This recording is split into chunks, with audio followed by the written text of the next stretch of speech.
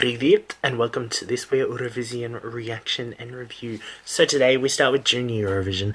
Now I must confess that I am literally about 3 months late for this review. So Russia held a 20-song national final in Crimea of all places, but we're not going to get into geopolitics there, especially considering the next review is actually Ukraine. Polina Bogusevich was the victor. She won both the internet vote at 9.6% of the entire vote and got the highest score in the juries, which was at 12 points. Polina Bogusevich is from the same cast of The Voice Kids in Russia that brought us such Eurovision names as Alina Kozhikina from Junior Eurovision 2014 and Christian Kostov from Bulgaria 2017 in the senior competition.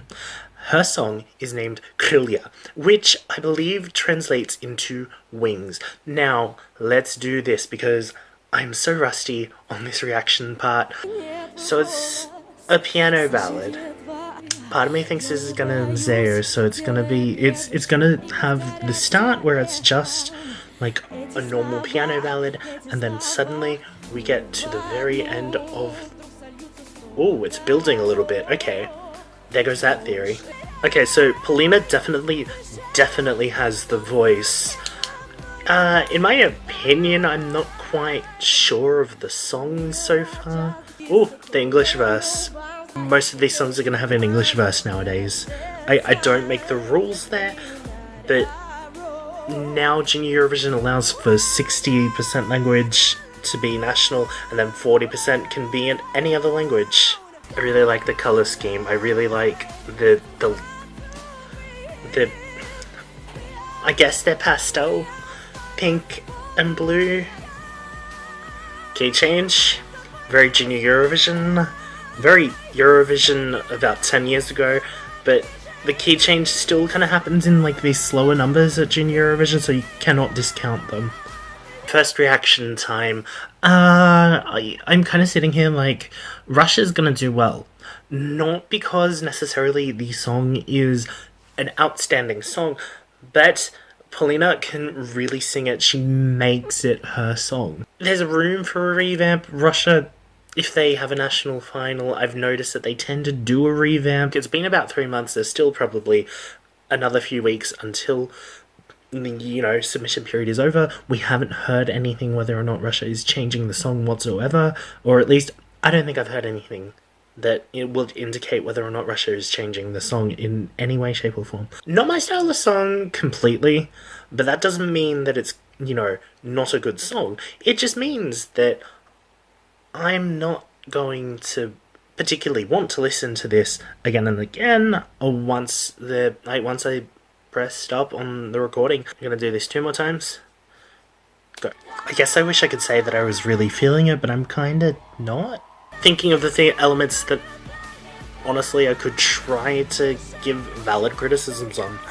Instead of doing advantages and disadvantages, I'm going to do likes and dislikes, so it's basically the same thing, but instead of doing advantages and disadvantages, I'm going to frame them more as my personal point of view rather than objective criticisms or applauses of songs. I do reckon that the colour scheme that they've got going on does definitely work in favour of the song and performance. So you could see that there was the colours of light pink, light blue and white. Those 3 colours blend really well together. I'm going to come back to the colours in my dislikes just because I do feel like there's a couple of things that I could potentially maybe point out that I don't know, could make it look better in time for Junior Eurovision. I do want to say that Polina can sing, like, really, really well. Russian and English, the combination of both tends to work really well. In this particular track, having the middle verse and chorus be in English, interesting choice. I'm not going to say that it is a bad choice because it's not a bad choice. It's just an interesting choice. Things could have gone differently, I believe, but to be honest, I'm not finding much of a fault in, like, having English in that second verse and chorus. It breaks expectations. Usually when you have a bilingual song, there's Russian for two-thirds, and then the bridge comes in and suddenly she's singing in English, and you're like, whoa, what? That could potentially have something to do with the change of the rule for Junior Eurovision this year.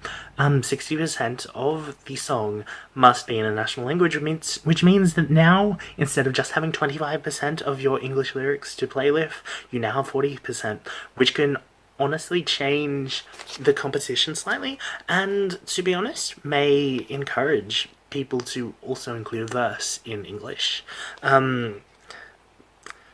I'm gonna say that my major like for this song was the way that the drums kick in. Now, the drums kind of signal this change from, like, your usual kind of piano ballad to something a lot more, not up-tempo necessarily, but lively. I don't like saying ballad for everything, but it does definitely have its roots in a more mid-tempo, up-tempo ballad kind of area than any other genre, in my point of view. The lighting is kind of impressive in this particular track, particular performance especially. The lighting just works. It kind of helps you determine the song level. I'm going to move on to a slightly more controversial point, my dislikes. I'm going to talk about the song itself. It doesn't feel complete yet. Now, why do I say yet? Because this performance that I watched was about 3 months ago. No doubt Russia have probably got a revamp almost ready to go somewhere. There's a music video, I'm pretty sure. But that's the thing that Russia did last year. They had their first national final. They selected Zhivaya Voda, and then it became Water of Life about 3 months later, which was, obviously they had to cut something from that because of the amount of time that it ran. But the thing is, Russia may end up releasing a revamp, and that is okay. The blending between, like, the different parts of the song feels a little bit off. Now, what do I mean by that? Because when I say, like, a little bit off, people are going to be like, oh, but that's just a criticism that you've made up so that you can have something to say in your criticisms. No, it feels like between the chorus and the second verse, it kind of just stops. Between what could be called the bridge and the last choruses, this song kind of just stops. This is kind of a thing that, if it happened in senior, I would probably have marked it down more than I did here. But this is a genuine criticism that I feel like if they haven't already addressed this, then they need to. My final dislike, and possibly the most pertinent of these, is that nothing seems, like, complete yet, which is going to make it hard for me to judge exactly what the final performance is going to be like. The reason I said that is the staging concept at the moment doesn't completely fit with the song. The song, I understand the colour scheme, I understand the lights. That would be good. The lights would work.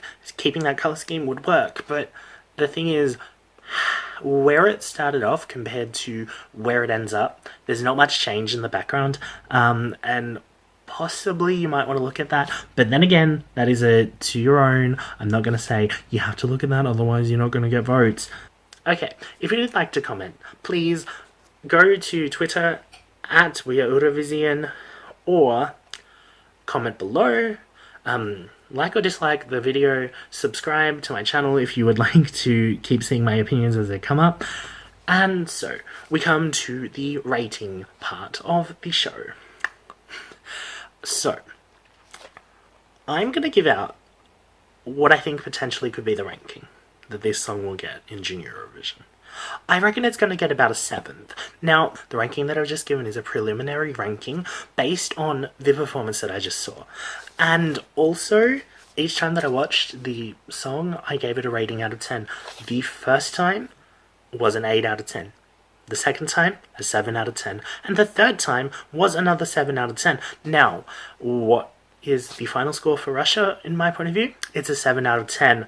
Thank you very much for watching, and na vides!